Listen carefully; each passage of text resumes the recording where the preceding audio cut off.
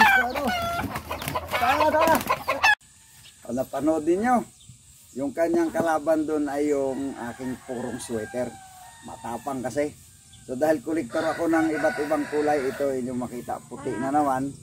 Ito yung isa sa matapang din na kapag inalpasan ko walang ginawa kung hindi makipag-away na makipag-away. Ito kasi ay may tahid. Ayan. So matagal na rito sa akin. Gustuhan ko rito, magaling mangitlog, magaling maglimlim. Halos pisa lahat ng itlog niya kapag siya naglimlim. At maganda ang sukat. Ito ay ayan ngayon, hinahanda ko na rin para mapaitlog sa sunod. So ang sabi nung nagbigay sa akin, dalawang lahi ang karga nito na parehong puti. Thompson White daw at saka Kelso White. So gano'n sa katapang kung inyo napanood yung labang kanina. Salamat sa panood.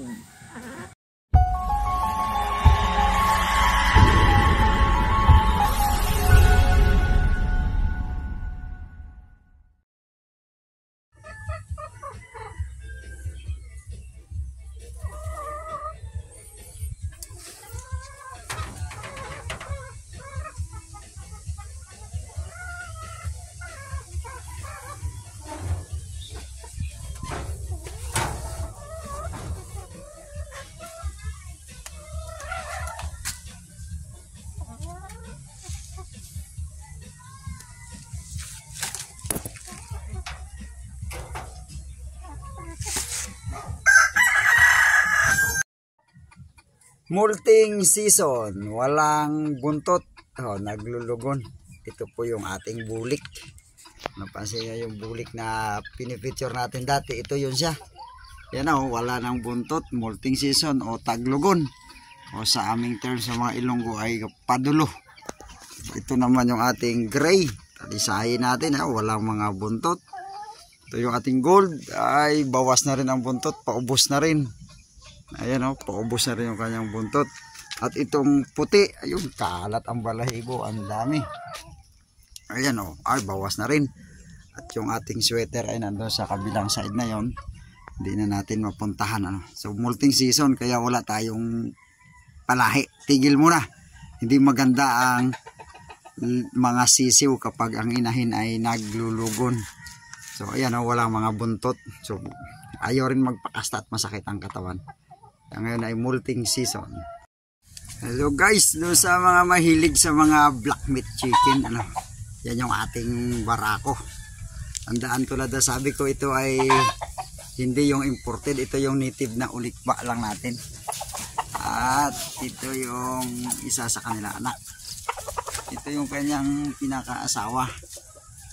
So gaano ba daw talaga kaitim ang karne, sabi nila. So titingnan nyo yung kaibahan sa native na manok natin.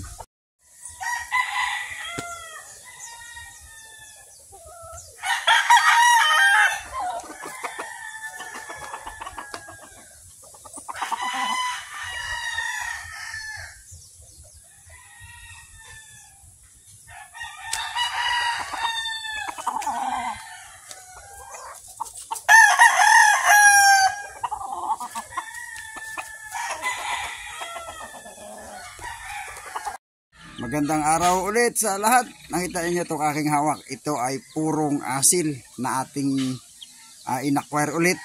Panibago. Para ila-line breed natin doon sa ating mga asil na hawak sa ngayon. Para maiwasan ang inbreeding.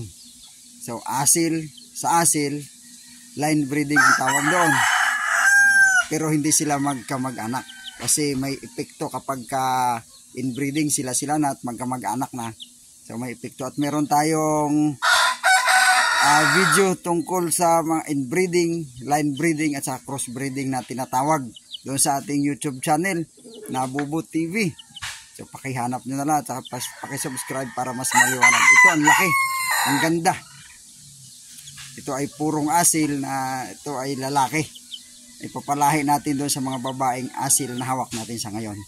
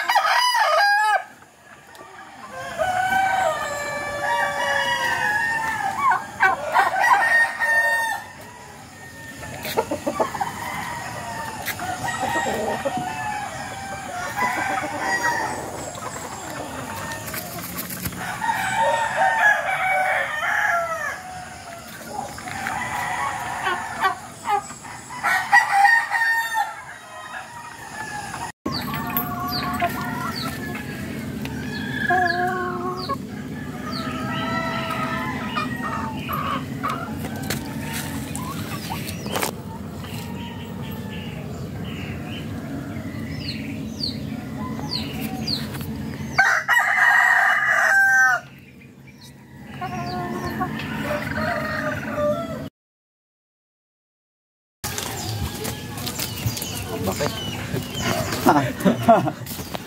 May lapit. Hindi, kumpara natin. Patabi. Sukat sa camera. Hindi halatang ano. Malaki. Ayun. Masukas na ito. Patayo, patayo. Oh. Patayuin mo. Yan, oh. Lalaban ka talaga.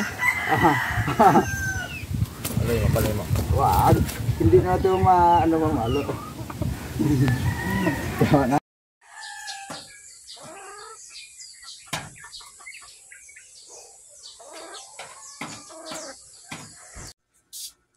Thanks for watching my video. Don't forget to like and subscribe my channel.